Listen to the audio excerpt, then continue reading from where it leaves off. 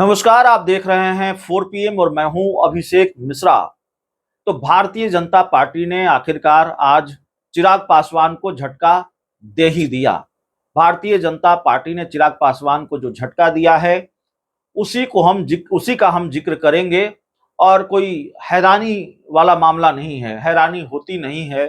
Bharatiya Janata party को लेकर जो बयान, भारतीय जनता पार्टी का जो ऐलान या बयान सामने आया है उससे जो चीजें स्पष्ट हो रही हैं उसको लेकर कोई हैरानी नहीं है। बीजेपी चिराग पासवान को इस तरह का झटका देगी, इसकी उम्मीद पहले से थी और कोई सरप्राइज जैसा मामला नहीं है। चिराग पासवान को भी ये उम्मीद रहेगी कि भारतीय जनता पार्टी उनको झटका देने जा रही है। देखिए, मामला झारखंड में होने वाले विधानसभा चुनाव से जुड़ा हुआ है।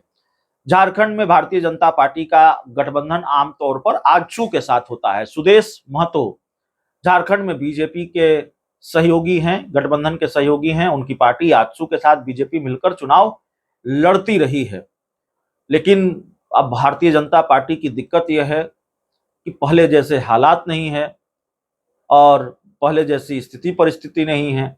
नीतीश कुमार बहुत जरूरी हैं बीजेपी के लिए और बिहार में नीतीश कुमार ने फिर झटका दिया तो केंद्र की सरकार भी लटक जाएगी, केंद्र की सरकार भी मुश्किल में आ जाएगी।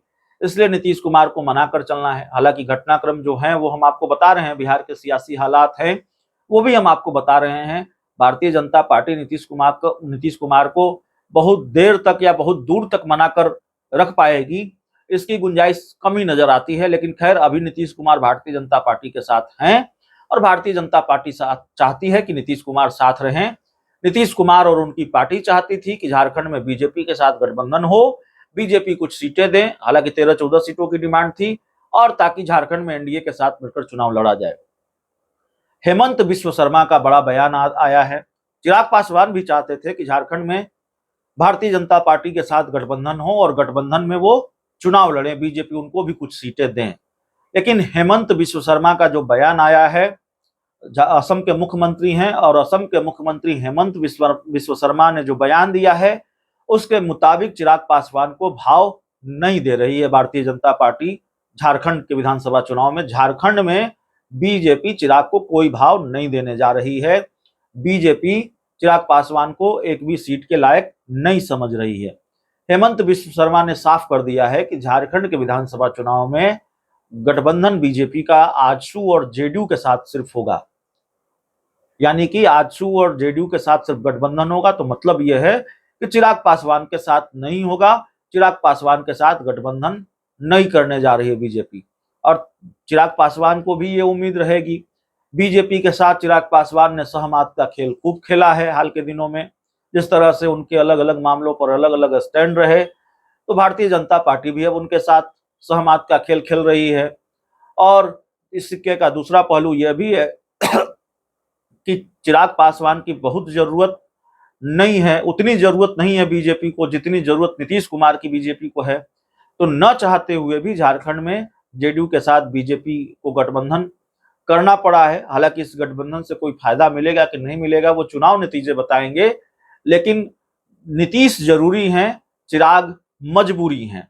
दोनों में अंतर है, दोनों की दोस्ती में अंतर है।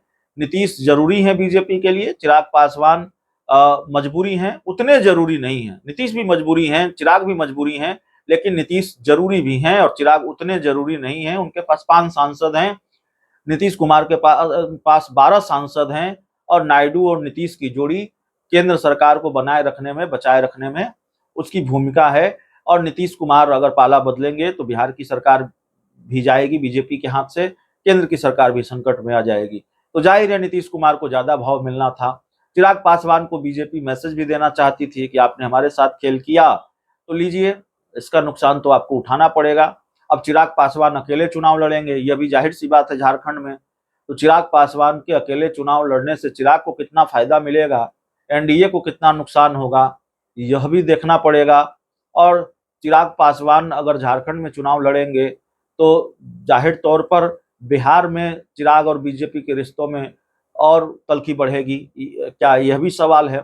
बहुत बहुत धन्यवाद।